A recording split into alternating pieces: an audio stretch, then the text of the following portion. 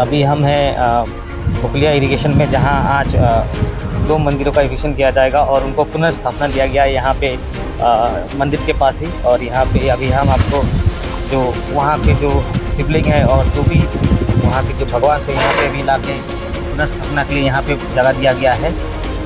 और आप देख सकते हैं यहाँ का जो भी जैसे कि हनुमान जी थे और अलग शिवलिंग है और अलग अलग जो भी देवी देवता है उनको यहाँ पे पुनर्स्थापना दिया गया। और यहीं पे ही भागेश्वर धाम और राम जानकी मंदिर बनाया जाएगा। उसके साथ ही यहाँ भी जो बंगाली समाज के राम ठाकुर बोलते हैं उनको भी यहाँ जगह दिया गया है। और आप देख सकते हैं यहाँ पे मंदिर के जैसे ही यहाँ पे फिर से इनको बनाने का जगह दिया गया है।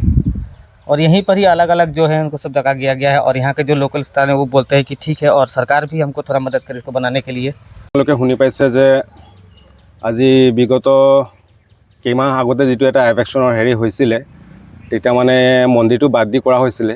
কিন্তু ইয়াৰ পিছত বিভিন্ন সংগঠন বা যি কি নহওক চৰকাৰৰ প্ৰয়োজনীয়তাত মাটিখিনি খালী কৰিবলগীয়া হ'ল।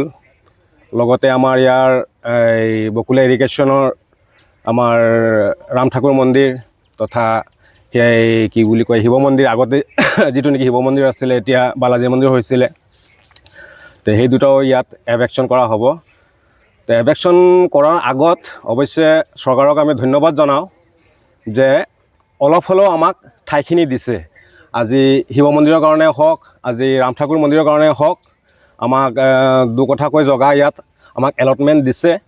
তাৰ কাৰণে আমি অশেষ ধন্যবাদ জনাই আছোঁ। আৰু পৰাপক্ষত যিখিনি আমি কৰিবলগীয়া কাম মন্দিৰখিনি ধৰক খালী কৰি দিবলগীয়া যিখিনি আছিলে প্ৰায়খিনি আমি শেষ কৰিছোঁ। ঠাইখিনি দিয়াৰ কাৰণে আমি অশেষ ধন্যবাদ জনাওঁ আমাৰ অসম চৰকাৰ তথা আমাৰ অট'নমাছ কাউন্সিলক। আৰু আপোনালোকৰ মাধ্যমেৰে আমি এটা অনুৰোধ জনাওঁ, যিহেতু আমি এই মন্দিৰ বাগি যে আমি যে বনাইছিলোঁ কাৰোতো ব্যক্তিগত পইচা নহয়, আমি ৰাইজৰ পৰা দান বৰঙণি সংগ্ৰহ কৰিহে এই মন্দিৰটো বনোৱা হৈছিলে। গতিকে আমি চৰকাৰৰ ওচৰত এটাই অনুৰোধ জনাই আছোঁ আপোনালোকৰ থ্ৰুতে, আপোনালোকৰ জৰিয়তে, যে এই মন্দিৰ ভাগি বনাওঁতে আমাক চৰকাৰৰ ফালৰ পৰা যেন অলপ সহায় কৰে তালৈ আমি অনুৰোধ জনালোঁ। ধন্যবাদ। আপুনি ইয়াতে কি হয়? মই এজন ৰাম ঠাকুৰৰ শিষ্য হয়। মই এই মন্দিৰৰে এই গুৰুদেৱৰে মই শিষ্য। বাছ এইটোৱে। মোৰ নাম সুজিত দাস।